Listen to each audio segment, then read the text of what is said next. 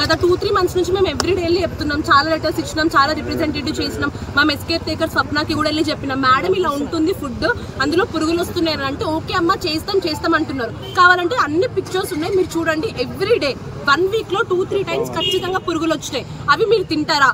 ఎవరైనా తింటారా? ఒక్కసారి రైస్ క్వాలిటీ చూడండి. పాలిష్డ్ రైస్ పెడుతున్నారు.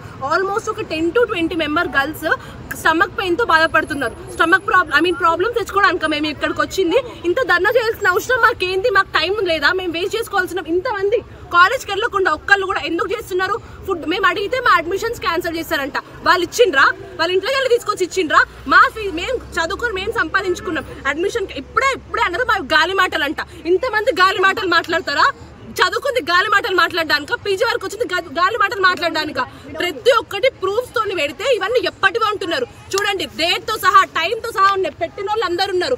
బోండాల్లో మైదా పిండి వేస్తున్నారు, వాడిన ఆయిల్ మళ్ళా వాడుతున్నారు. క్యాన్సర్ రాదా? తెలియదా? చదువుకుంటేనే కదా అయింది, ఇక్కడ వరకు వచ్చింది. వాళ్ళు ఆ మాత్రం తెలియదా? డైరెక్టర్ మేడం మొహం ఒక్కరు చూస్తే అడగండి, ఇప్పుడు చూస్తారు అందరూ. ఒక్కళ్ళకి ఆ మేడం పేరేందో కూడా తెలియదు. మేము వెళ్ళడిగితే మా అడ్మిషన్స్ క్యాన్సిల్ చేస్తామంటున్నారు, గాలి మాటలు అంటున్నారు. ఇవి అన్ని మాటలు పడ్డాక మేము వచ్చింది.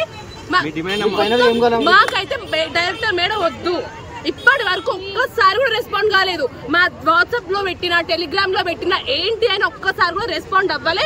మా దగ్గరికి రాలే, సాల్వ్ చేయలే. ఈ అన్నం చూడండి, సున్నం కలిపిండ్రు. ల్యాబ్ కి పంపిమంటే ఏం రెస్పాండ్ కావట్లేదు. ల్యాబ్ కి పంపించి చూపిమంటే ఇప్పుడే ఇందులో పురుగు వచ్చింది. అన్నం ఒక్కసారి చూడండి, సున్నం కలిపిన అన్నం.